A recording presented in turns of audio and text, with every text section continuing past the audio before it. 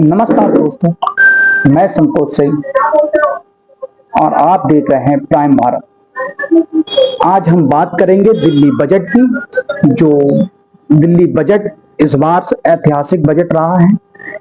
1 लाख करोड़ का बजट दिल्ली में 70 साल में पहली बार दिल्ली में 1 लाख करोड़ का बजट रेखा गुप्ता की सरकार ने पेश किया है। और हमारे साथ हैं आम आदमी पार्टी के पूर्वी दिल्ली जिला पड़पड़गंज के जिला सचिव विजेंद्र प्रेमी जी। रेखा गुप्ता जी ने इस बार भारतीय जनता पार्टी की सरकार ने 1 लाख करोड़ का दिल्ली के लिए बजट पेश किया है, जिसमें महिलाओं को सम्मान निधि 5100 करोड़ अलग से दी गई है।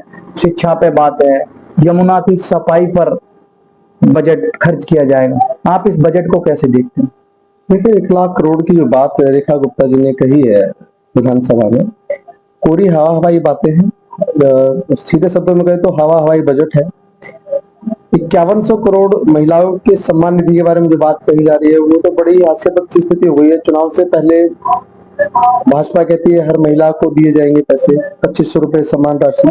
लेकिन जैसे ही सरकार बनती है, सरकार क्या बनती है, सरकार बनने से पहले ही देश के यशस्वी प्रधानमंत्री नरेंद्र मोदी जी ने द्वारका रैली में कहा था कि जब हम सरकार में आएंगे और जो पहली कैबिनेट बैठक होगी उसमें पास किया जाएगा, तो उसके बाद 2500 रुपए दिल्ली की प्रत्येक महिला को मिलेंगे।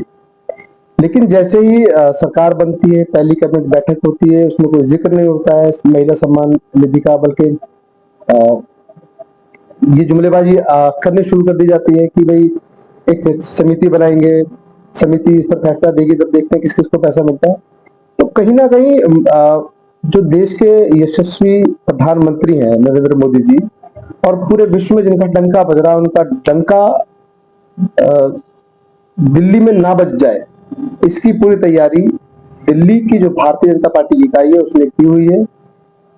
अभी एक वीडियो देखा कुछ दिन पहले, आपने भी देखा होगा, कि इसमें रेखा गुप्ता जी कह रहे हैं कि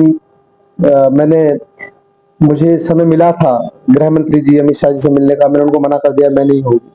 तो ये तमाम जो बातें हैं, गृह मंत्री को समय ना देना, गृह मंत्री की बातों को काटना, देश के प्रधानमंत्री की बातों को काटना, उनके वादों को जुमलों में बदलने की जो भारतीय जनता पार्टी दिल्ली का जो काम कर रही है, बड़ी हास्यास्पद है। तो एक तरफ तो कहा कि महिलाओं को 2500 रुपए प्रत्येक महिला को हम दे रहे हैं, नहीं, उन्होंने महिला सम्मान निधि में 5100 करोड़ अलग से किया है। 5100 करोड़ रुपया अलग से अलॉट कर देना और वो पैसा महिलाओं में बट जाना, दोनों अलग अलग चीजें। मिलेगा किन महिलाओं को? जिनके पास राशन कार्ड होगा, ये लोग बीपीएल कार्ड जिनके पास होगा। तो दिल्ली में कितने लोगों के पास बीपीएल कार्ड है? दिल्ली में बराबर है। जो बीपीएल कार्ड है या ये ऐसा जो कार्ड होता है गरीब लोग, गरीब वर्ग वालों को, उनको ही तो पैसा दिया जाएगा। जॉब वाले हैं उनके पास तो पैसा आ ही रहा है। देखिए, ईडब्ल्यूएस कैटेगरी ही बीपीएल कैटेगरी है actually, below poverty line, economical weaker section, दोनों एक ही बात है, दोनों के मायने एक है, बस शब्दों का खेल है और कुछ नहीं है। अब जो गरीबी रेखा से नीचे जी रहा है जो व्यक्ति ईडब्ल्यूएस कैटेगरी में, या कहें कि बीपीएल कार्ड जिनके पास है, राशन कार्ड की कैटेगरी थी पीआर और एक बीपीएल, बीपीएल कार्ड धारक है जो गिनती की महिलाएं हैं दिल्ली के अंदर। लेकिन जब आप चुनाव लड़ते हैं, जब चुनाव में वादा करते हैं, और आपके प्रधानमंत्री जब आप वादा करते हैं, देश के प्रधानमंत्री वादा करते हैं, तो आप कहते हैं कि 2500 रुपए हर महिला को हर महीने देंगे हम। लेकिन जब बात देने की आती है तो कहते हैं एक समिति बनाई जाएगी जो ये तय करेगी कौन कौन उस क्राइटेरिया में आएंगे, कौन नहीं आएगा। तो धोखा है दिल्ली की महिलाओं के साथ, और ये हमारी मांग है, हमारी पार्टी की मांग है, और मांग की लड़ाई है हमारी सीधे सीधे, कि भाई जो दिल्ली की महिलाओं का हक है, जो आपने चुनावी वायदे में कहा, उसको आप पूरा करें। कैसे भी कैसे करेंगे वो आप तय करें। जबकि जब हम, और एक और मजेदार कहानी बताऊं मैं आपको, अभी विजेंद्र गुप्ता ने एक चिट्ठी लिखी सचिव को, जो मुख्य सचिव है दिल्ली सरकार में, उनको चिट्ठी लिखी और कहा कि दिल्ली सरकार के किसी भी डिपार्टमेंट का कोई भी कर्मचारी, चाहे पुलिस है, चाहे पीडब्ल्यूडी है, चाहे डीडीए है, चाहे एमसीडी है, कोई भी डिपार्टमेंट का अधिकारी है, वो दिल्ली सरकार के किसी भी मंत्री की चिट्ठी का जवाब नहीं देता है, दिल्ली के किसी विधायक की चिट्ठी का जवाब नहीं देता है। यानी कि ये कहें कि निरंकुशता इस कदर हावी है कि कोई भी अधिकारी सीधे सीधे काम करने को तैयार नहीं है। लेकिन जब यही बात अरविंद केजरीवाल कहा करते थे कि भाई दिल्ली के अधिकारी नहीं सुन रहे हैं, सचिव नहीं सुन रहे हैं, कोई काम नहीं कर रहे हैं, सीधे सीधे एलजी हाउस का दखल है सीधा सीधा, तब कहा करते देखो जी ये तो काम ना करने के बहाने हैं, लेकिन अभी तो जुम्मा जुम्मा 1 महीना हुआ है। नहीं, अब तो उनकी तो इसलिए सुनी जाएगी, डबल इंजन की सरकार है, सेंट्रल उनका है, तो उनकी क्यों नहीं सुनी जाएगी? नहीं नहीं, उन्होंने यही तो पीड़ा जताई अपनी। एक्चुअली क्या है कि वो उन्होंने ये बताई, सीधे सीधे साबित किया कि दिल्ली को जो चलाने का जो दरवाजा है वो एलजी हाउस का है। जब हम इस बात को मांग कर रहे थे कि भाई एलजी हाउस की दखल ना हो, एलजी साहब का कोई दखल दिल्ली सरकार में ना रहे, तो हमें ये कहा जा रहा था बाबा ये तो काम चोर है, काम नहीं करना चाहते हैं इसलिए टाल रहे हैं चीजों को। लेकिन अभी तो 1 महीने के अंदर ये बात खुल के सबके सामने हो गई कि दिल्ली का कोई भी अधिकारी सीधे सीधे काम करने को, या उनकी जवाबदेही तय नहीं है कि काम नहीं करोगे तो आपको ट्रांसफर किया जाएगा, पोस्टिंग जाएगी, सारी ट्रांसफर पोस्टिंग तो एलजी साहब के पास है। तो अधिकारियों में डर नहीं है। आशीष सूद जी बोल रहे हैं कि दिल्ली को 13,000 करोड़ के घाटे में आम आदमी पार्टी सरकार छोड़ के गई है। देखिए आशीष सूद साहब क्या कह रहे हैं इससे कोई फर्क नहीं पड़ता है, क्योंकि दिल्ली बजट हर बार सरप्लस रहा। एमसीडी से जो टैक्सेस आते रहे, या कहें कि दिल्ली में टैक्सेस की बहुत सारी आवक रही है, वो दिल्ली को कभी भी बजट में जीरो ही मिला हमेशा। जैसे किसी राज्य को 1,000 करोड़ रुपए दे दिए, 1 लाख करोड़ रुपए दे दिए, ऐसे पैसा बटा सबको। लेकिन जब केंद्र जब बात करता है दिल्ली की, तो दिल्ली को हमेशा बजट में जीरो मिलता है। अगर हम कर्जे में होते, कर्जा लेंगे किससे भैया? केंद्र तो दे नहीं रहा हमें, वर्ल्ड बैंक हमें सीधे सीधे देगा, भारत सरकार को देगा। तो आप ये देखिए कि हम कर्जे में किसके में है? किसी एक कर्जे में। ये तो सिर्फ अफवाहें चलाए जा रहे हैं कि 1,300 करोड़ के घाटे में, 1,000 करोड़ के घाटे में, कहते रहेंगे लोग। इनका काम यही है, सारे के सारे अमर्यादित अशोभनीय भाषा का प्रयोग करते हैं। विधानसभा आपने देखा भी, अभी आतिशी जी के लिए कहा उन्होंने कि भाई कहां से ले आए हैं, कहां से ले आए हैं, क्या शब्द क्या है? जहां से रेखा गुप्ता जी आए वहां से, वो भी हमारे साथ, हमारी आतिशी भी वहीं से है। लेकिन ये इस तरह की अशोभनीय भाषा का एक उप मुख्यमंत्री अगर इस लहजे में बात कर रहे हैं, तो ये ना तो लोकतंत्र के लिए अच्छा है, ना ही विधानसभा के लिए अच्छा है। आपकी जो डीटीसी का भी इस बार ध्यान रखा गया बजट में, क्योंकि डीटीसी कह रहे हैं डीटीसी घाटे में जो है, डीटीसी की जब बसें ही नहीं है तो डीटीसी तो घाटे में रहेगा ही। 2800 बसें हैं, गुप्ता जी का कहना है कि इस बार 26 तक हम 5,000 बसें दिल्ली में कर देंगे। बड़ी हंसी आती है जब इस तरह के बयान आते हैं कि भाई दिल्ली में बसें नहीं है।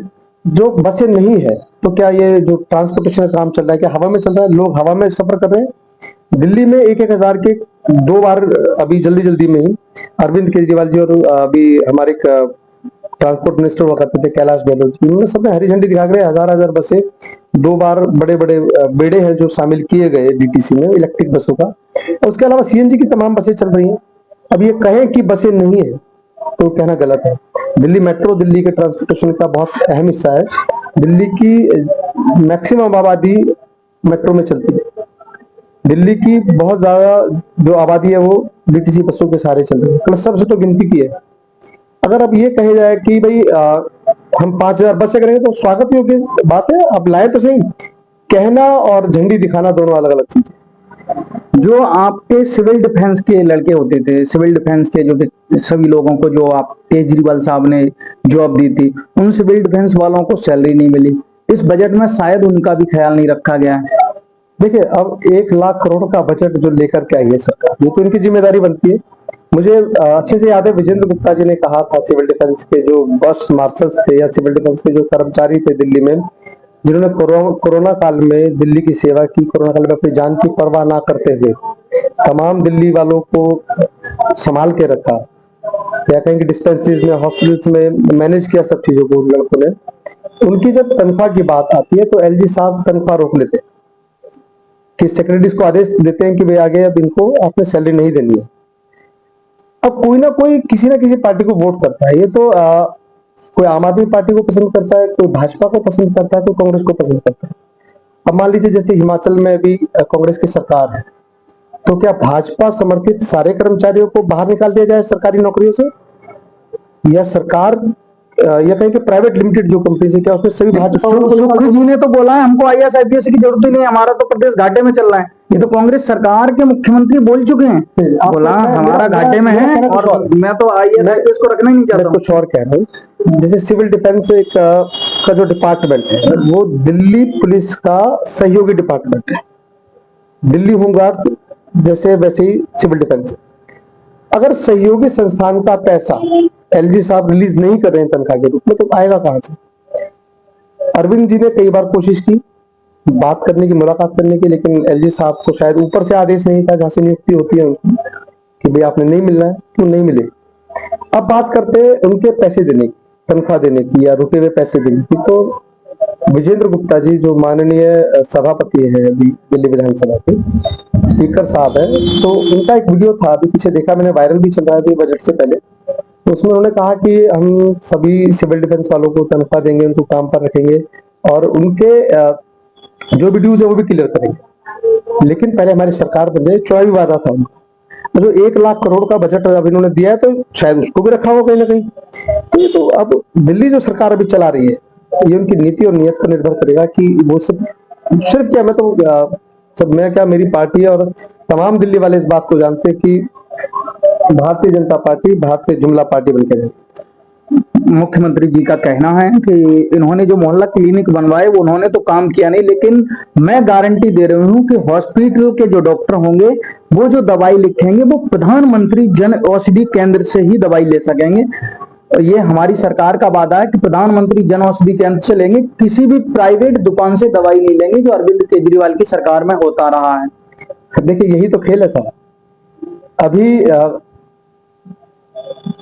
आप किसी मोहल्ला क्लिनिक में चले जाए, डॉक्टर दवा लिखता है, पर्चा होता है, उस पर्चे को लेकर के वही मोहल्ला क्लिनिक में केमिस्ट होता है, फार्मासिस्ट होता है, आप उसे पर्चे को देते हैं, वो आपको दवा देता है फ्री ऑफ कॉस्ट, या पैसे लेते हैं, फ्री में दवा मिलती है आपको। आप दिल्ली सरकार के किसी भी सरकारी अस्पताल में जाएं, किसी भी हाई क्वालिफाइड डॉक्टर जो वहां पे अपॉइंट है उनको दिखाएं, वो एक पर्चा बनाते हैं आपका, पर्चे पे दवा लिखते हैं, जो उनका दवाई वितरण केंद्र है अस्पताल के अंदर, वहां जाए पर्चे को लेकर, वहां से दवा आपको मुफ्त मिलती है। क्या रेखा गुप्ता जी सुनिश्चित करेंगी कि जब कोई मोहल्ला क्लिनिक का डॉक्टर, किसी डिस्पेंसरी का डॉक्टर या दिल्ली सरकार के किसी भी अस्पताल का डॉक्टर उस पर्चे पर दवा लिखेगा, क्या वो दवा मुफ्त मिलेगी प्रधानमंत्री जन औषधि केंद्र से या नहीं मिलेगी? 90% का डिस्काउंट है, 10% डिस्काउंट की नहीं हो रही है यहाँ बात हो रही है मुफ्त अच्छे स्वास्थ्य की। क्या अच्छे स्वास्थ्य की जो मुफ्त की चीजें दिल्ली सरकार दवाइयां दे रही थी या उससे पहली सरकारें दे रही थी, क्या भारतीय जनता पार्टी दवा कंपनियों के साथ मिलकर के इस प्रोफेशन में आने की कोशिश तो नहीं कर रही है कि जो दवाइयां मिल रही थी अब हमारे जो खास लोग हैं उनकी दुकानों से दवाइयां बिके? दवा बिकना या ना बिकने की बात नहीं है, हम बात करें मुफ्त जो इलाज दिल्ली सरकार, जो सरकारों का दायित्व है कि अच्छा स्वास्थ्य दे, जो अरविंद केजरीवाल जी दे रहे थे 10-12 साल उन्होंने चलाया दिल्ली को। 10 साल में उन्होंने कभी नहीं कहा कि आप बाहर से दवा खरीदना, लेकिन रेखा गुप्ता जी पहले वर्ष में पहले अपने सेशन में कह रही है कि नहीं आप बाहर से दवा लीजिए, जन औषधि केंद्र से दवा लीजिए, लिखी हुई दवाइयां। तो क्या मतलब है इस बात का? हमने मोहल्ला क्लिनिक में दवा दी है फ्री, हमने डिस्पेंसरीज में दवा दी है फ्री, हम सरकारी अस्पतालों में दवा खरीद रहे हैं, तो इन्हें क्या आपत्ति है फ्री? नहीं, फिर भी ये तो आपका मोहल्ला क्लिनिक फैल ही हो गया ना। आपने दवाई फ्री दी, सब दिया, फिर भी आपका मोहल्ला क्लिनिक फैल रहा ना। देखिए मेरी त्रिलोकपुरी में 9 मोहल्ला क्लिनिक, और प्रत्येक मोहल्ला क्लिनिक में आप जाकर के देखेंगे तो ओपीडी लगभग 125 से 150 की ओपीडी पर डे है। 125 लोग बहुत होते। अगर हमने हर 100 मीटर के बाद या 150 मीटर के बाद एक मोहल्ला क्लिनिक दिया, और उस मोहल्ला क्लिनिक में उस 100, 150, 200 मीटर के लोग आकर के दवा लेके जा रहे हैं, उसकी दो बातें। 9 मोहल्ला क्लिनिक में आप मान के चलिए कि रोज अगर 100 लोग भी आए, एक मोहल्ला क्लिनिक में 100 लोग आए, 9 में 900 लोग हो गए। 900 लोगों की भीड़ लाल बहादुर से कम हो गई है। लाल बहादुर शास्त्री हॉस्पिटल है कल्याणपुरी में, दिल्लीपुर में, वहां से 1000 लोगों की भीड़ कम हो गई। वही 1000 लोग मान लेते डिस्पेंसरी जाते हैं, या उसमें से 100-200 लोग जाते हैं, छोटी डिस्पेंसरी है, उनका वजन कम हुआ। हमारा जो कॉन्सेप्ट था मोहल्ला क्लिनिक का कि जो छोटी मोटी बीमारी के लिए, बुखार हुआ, खांसी जुकाम हुआ, उसके लिए आदमी 2 घंटे अस्पताल की लाइन में लग रहा है, डिस्पेंसरी जा रहा है, उस सबसे बचाने के लिए उनका समय बचे, उन्हें अच्छा स्वास्थ्य लाभ उनके घर के बाहर मिल जाए। मोहल्ला क्लिनिक में कोई भी डॉक्टर आरएमपी या बीएमएस ये अपॉइंट नहीं होते, इसमें एमबीबीएस डॉक्टर ही अपॉइंट होते। एक अच्छा डॉक्टर आपको दवा दे रहा है, मुफ्त दवा दे रहा है, और अब ये कहा जाए रेखा गुप्ता जी के द्वारा नहीं जी अब तो आपको जो दवाइयां लेनी है पर्चे पे लिखवाइए दवाई, और वो आपको दवाई कहां से मिलेगी? प्रधानमंत्री जन औषधि केंद्र से। तो सरासर अन्याय है। जी, उनका कहना है जो दिल्ली सरकार की जैसे दवाइयां जो फ्री हैं वो तो मिलेंगी, लेकिन और जो दवाइयां हैं और दवा क्यों नहीं मिलेगी? जैसे तो बड़ी सरकार दवाइयाँ करेगी क्या? होती एक बात है, पैरासीटामोल की गोली आप 7 रुपए का पत्ता मिलता है, हैं। 7 रुपए की दवा तो आप फ्री दे देंगे, लेकिन 700 रुपए की जो दवा वो कौन खरीदेगा? डिस्काउंट है उस पे। नहीं चाहिए डिस्काउंट, में दवा मुफ्त चाहिए साहब, जैसे पहली सरकारें देती रही हैं वैसे आज भी चाहिए। तो आपकी हमने सरकार आपको इसलिए नहीं चुना कि आप आएंगे सरकार में, सत्ता में आते ही आप हमारी जेब पर कैची चलाएंगे टैक्सेस के रूप में, नहीं चाहिए सर। नहीं, उनका कहना जैसे 1 महीना हुआ अभी सरकार को बने, ज्यादा नहीं हुआ। 1 महीने में अब वो कोई भी काम हो, कोई भी सरकार आएगी अपना वो जमाएगी। सिर्फ एकदम तो ऐसा है नहीं कि बने आके सरकार में आप ही आए, कोई भी आया कि सरकार में एकदम सब वो हो जाएगा। अब जैसे महिला सम्मान निधि है या किसान सम्मान निधि है, जो जिसका बजट अलग से पास किया गया, जिसमें किसान सम्मान निधि में 2,000 जो मिलते थे, अब किसान सम्मान निधि में 3,000 रुपए मिलेंगे किसानों को। देखिए दिल्ली में किसान सम्मान निधि दिल्ली में तो गिनती के तो खेती की जमीन बची है हमारे पास। दिल्ली पूरा एक मेट्रो शहर है जहाँ पर आबादी इतनी घनी है, क्षेत्रफल के हिसाब से 2 करोड़ के लगभग हमारी आबादी हो गई है। अगर हम बात करते हैं जाने जाकर के नरेला बवाना साइड का जो एरिया है, बाहरी दिल्ली जिसे कहते हैं, उसमें तो थोड़ी बहुत जमीन बची है, नहीं तो सब इंडस्ट्रीज में चली गई है, कॉलोनीज में चली गई है। तो यहाँ तो किसान है नहीं, इसका लाभ दिल्ली में तो मिलना नहीं, ना के बराबर मिलेगा। मिलेंगे तो 1,000-2,000 लोग होंगे जिनको लाभ मिल जाएगा किसानों का, लेकिन सरकार को योजनाएं वो बनानी चाहिए जो सबके काम आए, जिसका लाभ सबको मिले। सबसे बड़ा जो दिल्ली में मुद्दा रहा है, यमुना सफाई का रहा है। यमुना सफाई के लिए भी एक अलग से बजट रखा गया है, जो कि उनका कहना कि 3 साल के अंदर 27 तक, 25, 26, 27, 28 तक आप यमुना को देखेंगे बिल्कुल साफ हो जाएगी, एकदम क्लियर। देखिए जहां तक मुझे याद आ रहा है, नमामि गंगे करके भी इन्होंने एक प्रोजेक्ट बनाया था, हजारों करोड़ ढकार गए, पता भी नहीं लगे कहाँ गए। माँ गंगा का पानी आप पी नहीं सकते, इतना उसके अंदर। नहीं तो योगी जी ने चैलेंज किया था, बोला यार मैं यहाँ पे जो कुंभ में नहा रहा हूँ, डुबकी मार रहा हूँ, पानी पी रहा हूँ, और केजरीवाल जी यमुना का पी ले। देखिए हमने सफाई के लिए जो कर सकते थे, जितने जतन कर सकते उतने सारे किए।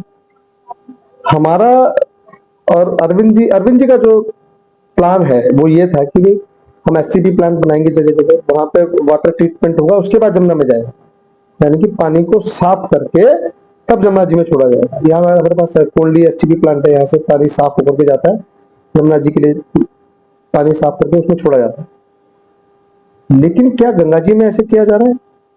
हमारे किए गए कामों को ये आप अपना बताएंगे कल को, तो ये तो देखते क्या होता है। लेकिन अरविंद जी ने दिल्ली की पूरी आबादी को स्वच्छ जल का जो वादा किया था उसे पूरा भी किया। और चुनाव से पहले लगभग 2 महीने पहले हमारी राजेंद्र नगर विधानसभा है, तो वहां पर स्वच्छ जल हर नल से मिलेगा, अरविंद जी ने कहा। और अरविंद जी ने टंकी खोली, पानी ऐसे पिया और दिखाया लोगों को कि आपको अब आरओ की जरूरत नहीं है। एक विधानसभा पायलट प्रोजेक्ट में क्या ऐसा हो पाएगा, संभव है ऐसा, उसके लिए किया और वो राजेंद्र नगर विधानसभा में संभव करके दिखाया। और वहां आप देखें 24 घंटे पानी। दिल्ली में कई जगह पानी गंदा आया, जो भारतीय जनता पार्टी के नेता रहे कार्यकर्ताओं ने दिखाया, कई जगह से गंदा नाले जैसा पानी निकल रहा था। अरविंद केजरीवाल ने जो योजना लागू की उसमें बताया गया कि अरविंद केजरीवाल जो पानी पी रहे हैं वो एक स्पेशल पानी है, और जो नल द्वारा आ रहा है और वो पी के जनता को भ्रमित करने के लिए वहां से चले गए। वो पानी जब अगर राजेंद्र नगर में साफ पानी की आप बात कर रहे हैं, तो दिल्ली में और भी जगह थी, वहां तो गंदा पानी आ रहा था। सवाल बिल्कुल सही है आपका, लेकिन आप ये समझे कि किसी भी योजना को अमली जामा पहनाने के लिए पहले उसे छोटे स्तर पे किया जाता है। मान लीजिए एक प्रोजेक्ट बनाया दिल्ली सरकार ने, उसको पूरी दिल्ली में लागू कर दिया, फेल हो जाएगा। अगर फेल हो जाता तो लाखों करोड़ रुपए डूब जाता सरकार का। अगर वो एक छोटी सी विधानसभा में फेल होगा तो नुकसान कम होगा, लेकिन फेल नहीं हुआ वो प्रोजेक्ट पास हुआ। अब हमने करके दिखाया, आगे उसको करे सरकार। हमने एक विधानसभा में पानी 24 घंटे साफ पानी दिया। अब भाजपा सरकार का दायित्व बनता है कि पूरी दिल्ली को साफ पानी दे। अब हम त्रिलोकपुरी बैठे हैं, तो मैं त्रिलोकपुरी बात कर रहा हूँ कि लगभग 2 महीने हो गए सरकार बने, 2 महीने में बद से बदतर हालत हो गई त्रिलोकपुरी की। जगह जगह सीवर ओवरफ्लो कर रहे, नालियां ओवरफ्लो कर रही। मैं तो इस बात को लेकर परेशान हूँ कि सर्दियां निकल गई हैं साहब, पानी का फ्लो कम होता है, गर्मियां आ रही हैं अभी, पीने का पानी कैसे पूरा करेंगे? सीवर जो ओवरफ्लोज है उसका क्या, उनके पास कोई प्लान नहीं है। यहाँ 4 ब्लॉक के सामने एक लाइन सेटल है, तो मैंने खुद लिख करके शिकायत की है। मैं आपको दिखा देता हूँ, मेरे पास रखा है यहीं पर, वो पेपर रखा है। मैं शिकायत दी मैंने लिख करके, लेकिन उस पर अभी तक कोई कार्रवाई नहीं। लगभग 15 से 20 दिन होने को आ रहे हैं। इनके पास ना तो तरीका है, ना अधिकारी इनकी सुन रहे हैं, कि उन्होंने पीड़ा दिखा दी ना, लिख करके दी है। क्या नाम है हमारे विजेंद्र गुप्ता जी ने, कि जी अब सेक्रेटरी साहब हमारे कोई अधिकारी सुनता ही नहीं। जब अधिकारी विधायकों की नहीं सुन रहे, तो आप हम तो बहुत मामूली से नागरिक हैं। नहीं, उन आप जैसे आप नाली सीवर की बात कर रहे हैं, ये एमसीडी में आता है।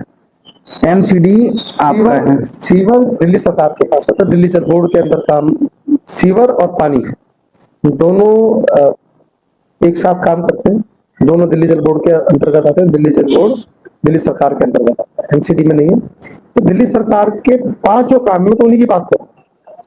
रही बात एमसीडी की, तो एमसीडी पे कुल मिला के सफाई देखो। अभी आप किसी बाजार में जाते हैं, बड़े बाजार, आपने देखा होगा कि कुछ दिन पहले तक, अभी यानी 2 महीने पहले तक, या कहूँ कि चुनाव से पहले होता क्या था कि सुबह दुकानदार दुकान खोलता था, इधर सफाई कर्मचारी धूल उड़ा रहा होता था सफाई करते वक्त, वो भी परेशान, और कर्मचारी धूप में परेशान, बहुत सारी चीजें थी। तो हमारे मेयर साहब महेश की चीज ने एक प्रोजेक्ट दिया बना करके, पायलट प्रोजेक्ट के तौर पे कुछ बाजारों में इसको किया कि क्यों ना सफाई रात को की। उसका इतना अच्छा रिजल्ट मिला कि जब सुबह दुकानें खुलती है, बाजार वाले भी खुश, सब कुछ, कोई धूल मिट्टी नहीं उड़ रही है, कुछ नहीं, पूरा बाजार साफ है। आप रात को घूम के देखें, जो बड़े बाजार है अभी दिल्ली के, तो सभी रात को साफ है। और दिल्ली सरकार ने इतना ऐसे ऐतिहासिक काम किया एमसीडी में, अरविंद केजरीवाल जी के नेतृत्व में महेश की चीजें ने 12,000 एमसीडी के कर्मचारियों को पक्का किया साहब। आपने जो कहा कि जैसे बाजार साफ हो रहा है, मैं दिल्ली में रात में कई जगह घूमता हूँ, कई बाजारों में मैंने देखा है जैसे कचरा, साउथ दिल्ली है, साउथ दिल्ली में आपका एक एरिया है कोटला मुबारकपुर, उसका एक चौक होता है गुरुद्वारे के आगे वाला, उस चौक पे आप जाके देखोगे तो गाजीपुर का खट्टा कम पड़ जाएगा। मतलब गाजीपुर का जो खत्ता है वो कम पड़ जाएगा, वहां पे ऐसे कचरा होता है। आप कह रहे हो रात में साफ कर रहे हैं हमारे मेयर साहब। मैंने क्या कहा, मैंने कहा कि कुछ बाजारों, बड़े बाजारों, पहले ही मैंने कहा था कि पायलट प्रोजेक्ट जो होते हैं वो धीरे धीरे इंप्लीमेंट करके, जब वो सफल हो जाते हैं तो आगे उसको बढ़ाया जाता है। कुछ बाजारों में रात को सफाई होती है। हमारे यहाँ देखा कल्याणपुरी बाजार रात को साफ होता है, सुबह सुबह जाएंगे आप तो उनको साफ मिलेगा। तो एक 5 ब्लॉक में बाजार है तो साफ मिलेगा, 27 का बाजार साफ मिलेगा, तमाम जो आसपास के बाजार है सारे साफ मिलेंगे आपको। यही पूरा का पूरा पूरी दिल्ली में होने वाला है, कहीं शुरू हो गया कहीं शुरू हो जाएगा, इतना फर्क है कुछ नहीं। लेकिन आपके नेता कह रहे हैं, कई नेता है जो मैं उनसे मिला हुआ हूँ, वो कह रहे हैं कि अप्रैल में बीजेपी खरीद फरोख्त करके हमारे मेयर ही हटा देंगे। फिर आप कैसे प्रोजेक्ट कर सकते हैं? देखिए, हम तो रास्ता दिखा गया, उसमें चलना ना चलना उनका काम है। इस बात को समझना दिल्ली की जनता को होगा कि आखिर उनके, यह लड़ाई हमारी भाजपा से नहीं, हमारी लड़ाई है भ्रष्टाचार के साथ।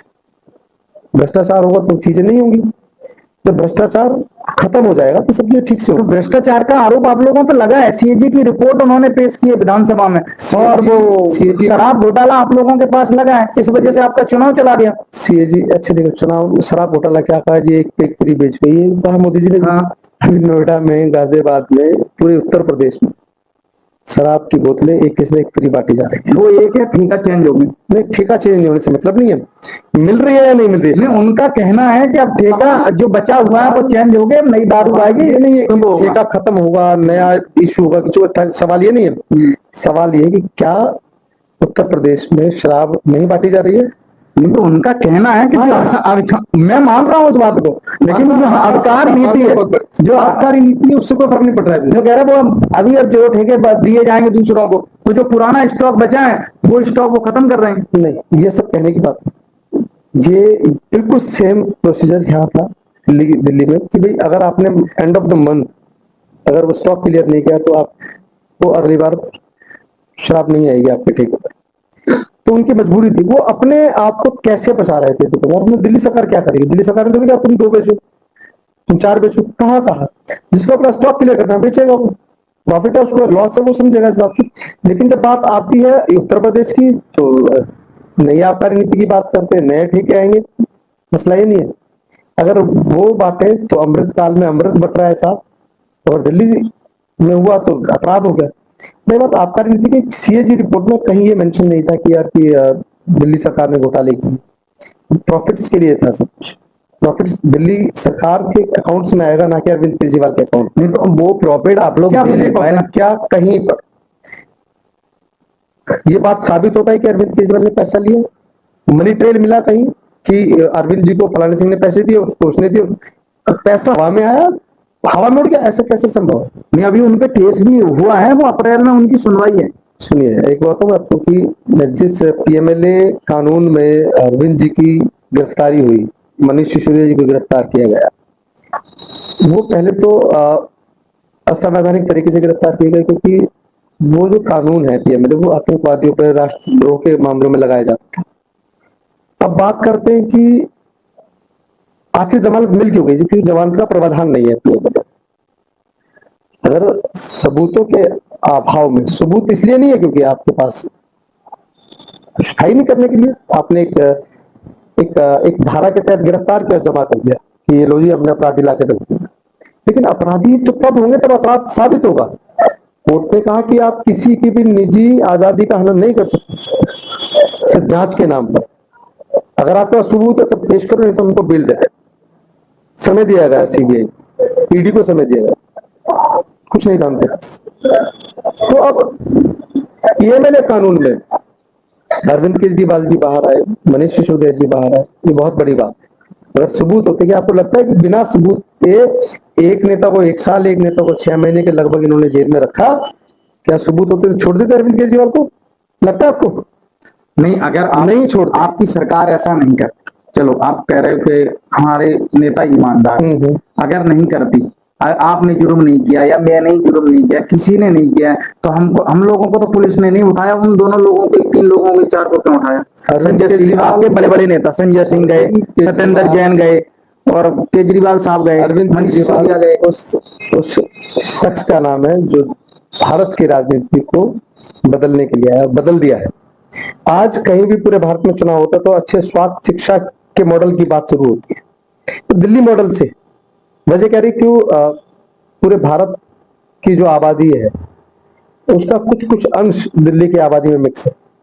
कोई यूपी से दिल्ली में है, कोई पंजाब से है, कोई हरियाणा से, कोई राजस्थान से, कोई मद्रास से, कोई कहीं से, पूरे भारत के अलग अलग राज्यों से लोग बसते दिल्ली। जब वो अपने वापस गांव जाते हैं कभी कभार, तो उनसे पूछा था कि तुम्हारे दिल्ली में क्या चल रहा है, तो बताते हैं भाई बहुत अच्छी सरकार है, हमारे यहाँ इलाज अच्छा होता है, हमारे पढ़ाई अच्छी होती है, हमारा तमाम चीजें सुधर गई। दिल्ली का मॉडल इतना अच्छा रहा, आपने कहा दिल्ली का मॉडल, हमने केजरीवाल जी ने ये किया, फिर ऐसी आपकी क्या कमियां रही कि दिल्ली का जो मॉडल था वो आपका फेल हो गया? फेल नहीं हुआ है, नहीं आपकी सरकार चली गई, बदलाव मतलब आप देखो, अब बीजेपी का गुजरात मॉडल है, बीजेपी का गुजरात मॉडल है, मध्य प्रदेश में शिवराज सिंह चौहान वाला मॉडल रहा, रिपीट मारा ना, 20-20 साल से रहे। क्या शिवराज सिंह चौहान मुख्यमंत्री है अभी? नहीं मतलब उन्होंने अपना नेता मतलब बदल दिया। देखो भारतीय जनता पार्टी में नेता बदलता रहा है हर बार, अब उन्होंने उनको सेंटर में बुला लिया, उधर मोहन यादव को दे दिया। उनके पास तो ऑप्शन है ना, आप ये तो है नहीं, देखो नहीं आपकी पार्टी में है, आपकी पार्टी, आप सुनो तो आपकी पार्टी में है, आप ये तो है नहीं कि केजरीवाल साहब को दिल्ली का, वहां का, पंजाब का मुख्यमंत्री बना दोगे, आप किसी पंजाब को ही बनाओगे ना। ये तो नहीं है आपको लगा कि भगवत मान अच्छा काम कर रहा है, भगवत मान अच्छे लीडर हैं, आप चाहोगे कि उनको सेंटर में लेके आए, आप उनको सेंटर में रखेंगे। जैसे राघव चड्ढा है, राघव चड्ढा विधायक थे राजेंद्र नगर से, आपको लगा कि नहीं राघव चड्ढा को वहां पे केंद्र की राजनीति करना चाहिए, तो आपने सांसद बना दिया पंजाब से राज्यसभा का। तो ये नहीं है कि वो नहीं है, सरकार भाजपा की है ना, नरेंद्र मोदी आ गए तो थोड़े नरेंद्र मोदी को मुख्यमंत्री रहना है, पार्टी में आप कभी भी बदलाव कर सकते हैं, लेकिन सरकार तो बीजेपी की है। देखिए बीजेपी की सरकार 27 साल बाद दिल्ली में आई और आते के साथ ही उन्होंने अभी देखा मैंने हमारे यहाँ के लोग के नेता भी डिमांड कर रहे हैं कि नवरात्रों में मीट बंद होना चाहिए, लेकिन एक तरफ देखा जी है जो हमारी मुख्यमंत्री रेखा गुप्ता जी, वो कह रहे हैं कि नहीं दवाइयां आपको जन औषधि केंद्र से खरीदनी चाहिए, दिल्ली के सरकारी अस्पताल में लिखी गई दवाइयां जो डॉक्टर लिखता है। नहीं जैसे बड़ी बड़ी उनका कहना है जैसे बड़ी बड़ी दवाइयां हैं, अब जैसे बहुत सी दवाइयां 90% का डिस्काउंट मिल रहा है, जो दवाइयां वहां पे 700 रुपए की मिल रही है, ठीक है, 90% का डिस्काउंट हुआ तो वो दवाई 70 रुपए की मिलेगी आपको। उनका कहना यह है कि जो जन औषधि केंद्र है, प्रधानमंत्री जन औषधि केंद्र, उसमें 90% का डिस्काउंट होता है। उनका कहना, इसलिए वो कह रही है कि मतलब वहाँ जन औषधि केंद्र से वो दवाई मिल सकती है। नहीं, मिल तो पहले भी रही थी, या अभी मिलना शुरू हो जाएंगे दवाइयाँ? जन औषधि केंद्र आज तो बने नहीं है। जन औषधि केंद्र आज से कई महीने पहले से बने, बल्कि सालों से चल रहे हैं। अब जब तब से और अब तक जरूरत नहीं पड़ी कभी इस बात को कहने की, तो आखिर अब क्यों जरूरत पड़ रही है कहने? कल को देखेंगे यार 5 रुपए की पत्ता आता था, हम वो तो देंगे आपको, लेकिन जो 10 रुपए का आता है वो बाजार से लेना होगा। हमने ये तो व्यवस्था खत्म की। सरकारी अस्पताल में अरविंद केजरीवाल की जो नीति थी उसमें ये था कि अस्पताल में यदि डॉक्टर ने कोई दवा लिखी है तो वो मेडिसिन काउंटर पे मिलेगी, वो कोई दवा ऐसी नहीं लिखी। नहीं, अरविंद केजरीवाल जी के इलाज वाली योजना बढ़िया थी, चलो आप कह रहे हो ठीक है, लेकिन उन्होंने आयुष्मान योजना को लागू नहीं किया। अब उन्होंने जो आयुष्मान योजना को लागू किया है उसको बिल में भी सबमिट किया है, जो अभी बजट आया है उसके लिए, और जो 5 लाख रुपए तक का इलाज मिलेगा वो आयुष्मान योजना से मिलेगा, वो फ्री मिलेगा, उसमें तो कुछ मिलेगा ही नहीं, किसी का पैसा ही नहीं लगेगा। आयुष्मान योजना में इतने घोटाले हुए, मुझे याद है मैंने पीछे एक लास्ट इंटरव्यू में भी कहा था कि आयुष्मान योजना में एक नंबर है 888888, यानी कि 8-10 बार उस नंबर से 7.5 लाख रजिस्ट्रेशन है एक नंबर से। How is it possible? कैसे संभव है? कैसे संभव है कि एक नंबर से 4.5 लाख, एक नंबर से 4.5 लाख, एक नंबर से 7.5 लाख, लगभग कई 1000 करोड़ रुपए का घोटाला है सर। ये महारत है इन लोगों को हासिल। जब इन लोगों का घोटाला, तो आप लोगों ने इनका पर्दाफाश क्यों नहीं कर पाया? जैसे अभी आप आतिश को सुने, आतिश मैम हर बार जब मौका मिला आयुष्मान कार्ड पर बोलने का हमेशा बोलती है। दिल्ली विधानसभा में भी उन्होंने बात रखी। नहीं, यही चीज जब आपकी सरकार आई 15 में, आपके मंत्री थे जल मंत्री कपिल मिश्रा, उन्होंने बोला कि जब मैंने अरविंद केजरीवाल के सामने रिपोर्ट पेश की घोटाले की, तो अरविंद केजरीवाल जी ने सीधा बोला था कि तू ही अकेला कर सकता है क्या? उनका जो कहना था, मैं एक इंटरव्यू देख रहा हूं, वो क्या कह रहे हैं, बोला मैं तू ही अकेला साबित कर सकता है, मैंने तो कपिल मिश्रा, मैं भी तो कर सकता हूँ। कपिल मिश्रा क्या कह रहे हैं ये कोई मायने नहीं रखती बात, मंत्री हैं, कुछ भी हो कोई मायने नहीं रखती बात, क्योंकि अरविंद केजरीवाल जी के कहने पर उन्हें मंत्री बनाया गया। अरविंद केजरीवाल जी के खिलाफ वो उन्होंने बोलना शुरू किया तो तब बोले जब वो पार्टी से निकाले गए, या ये कहें कि पार्टी से चले गए। जब उसके बाद बोले, जब सत्ता में रहते हुए बोलना चाहिए ना, अगर मैंने आपको गलत कहा तो आपको उसी वक्त कहना चाहिए।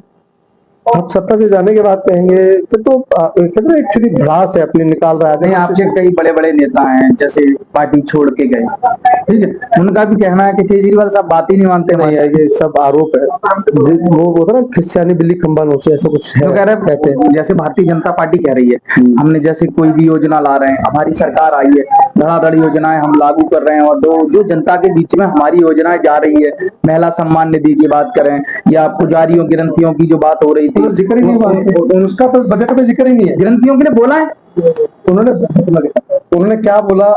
अभी एक ना बोला ग्रंथियों को हम देंगे सैलरी और उनको पुजारियों को। नहीं, रिटर्न में एक बात आई है, अगर मुझे मिला तो मैं आपको भी दिखाता हूँ। उन्होंने कहा कि हम 20,000 रुपये महीना देंगे पुजारी ग्रंथियों को, लेकिन जो अभी दिल्ली विधानसभा में कहीं भी उस योजना के बारे में कोई जिक्र भी नहीं है। आपकी जैसे पंजाब में सरकार है, 1000 रुपए वाली जो महिला सम्मान निधि की बात हुई, 3 साल हो गए, आप लोगों ने अब तक उस सम्मान निधि को लागू नहीं करवाया। पंजाब की परिस्थिति के बारे में कोई बात नहीं कर पाऊंगा कि मुझे वहाँ की उस स्थिति के बारे में नहीं पता। क्या क्या सरकार तो है ना, 1000 रुपए तो आप दे ही सकते थे। नहीं, दे तो हम यहाँ पे सकते। भगवत मान, अब एक बात सुनो, यहाँ हमने सितंबर में ऑर्डर पास किया कि भाई दिल्ली की प्रत्येक महिला को 1000 रुपये हम देंगे, लेकिन जब बात आई पैसे की, दिल्ली सेक्रेटरी ने उस फाइल को दबा दिया, ऑर्डर की कॉपी मेरे पास, उसको दबा दिया। और अगर वो पैसे आ रहे होते महिलाओं को 1000 रुपये, तो कुछ तो महिलाएं मजबूत होती दिल्ली की, लेकिन ये सरकार नहीं चाहती। अभी ये बात चल रही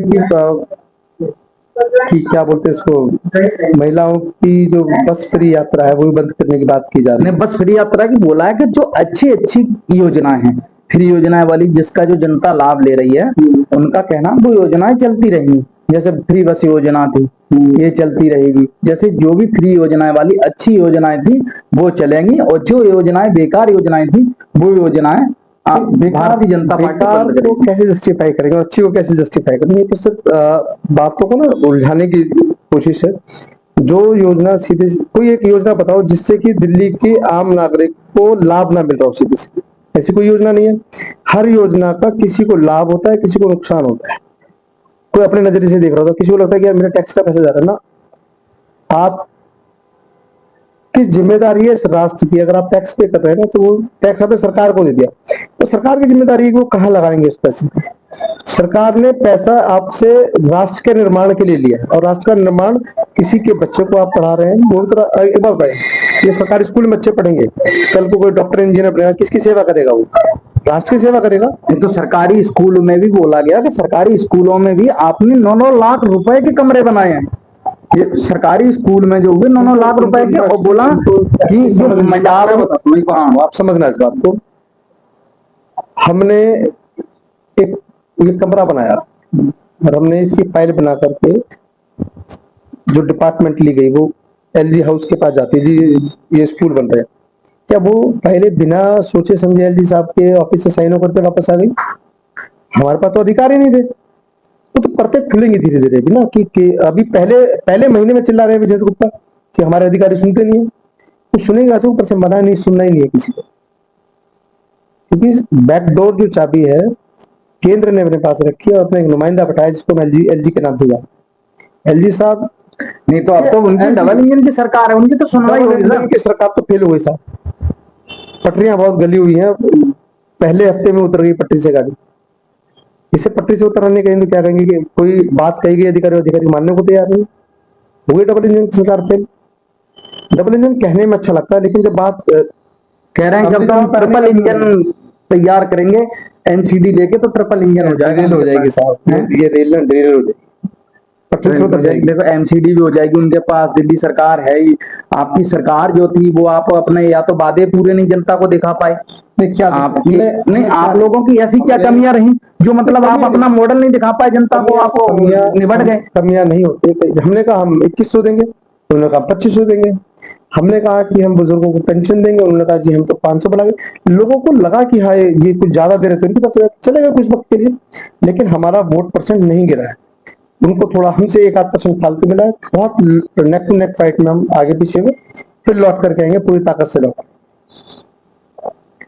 मतलब इस बार वो नहीं है कि जो इन्होंने जो दिखाए कि आपने घोटाले किए वो किए, इसका आप लोगों के सरकार पर कोई ज्यादा असर नहीं पड़ा। घोटाले हुए ही नहीं। अगर होते तो सारे जेल में होते और सबको विद सबूत ये पेश कर चुके थे, देखो जी फलाने ने क्या, फलाने ने क्या। लेकिन कहीं भी कोई सबूत नहीं है, कुछ नहीं है।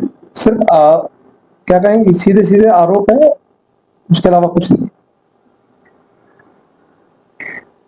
इस बार मैं प्रेमी विजेंद्र जी से बात करा तो उनका कहना है कि जो बजट आया है वो सिर्फ एक जुमले का बजट है। प्रधानमंत्री मोदी जी ने द्वारिका में बोला था कि हम महिला दिवस 8 मार्च के दिन महिला की पहले किस्त आएगी 2500 रुपए, जो कि भारतीय जनता पार्टी दिल्ली प्रदेश है वो प्रधानमंत्री की बात नहीं मान रहे हैं, और प्रधानमंत्री की बातों को झुटलाने की कोशिश कर रहे हैं, और प्रधानमंत्री की जो बात ही नहीं मान रहे हैं। तो डबल इंजन की सरकार फेल होती दिख रही है। अगर ये ट्रिपल इंजन की सरकार बनाते हैं तो एक्सीडेंटल हो जाएगा। और विजेंद्र गुप्ता जी ने भी कहा है कि हमारी सरकार सुन नहीं रही। जब हमारी बात थी तो कहते थे कि अरविंद केजरीवाल झूठ बोल रहे हैं, जो कि अब की लिखितम विजेंद्र गुप्ता जी ने दिया है, जो रोहिणी से विधायक हैं और विधानसभा के स्पीकर हैं, अध्यक्ष हैं।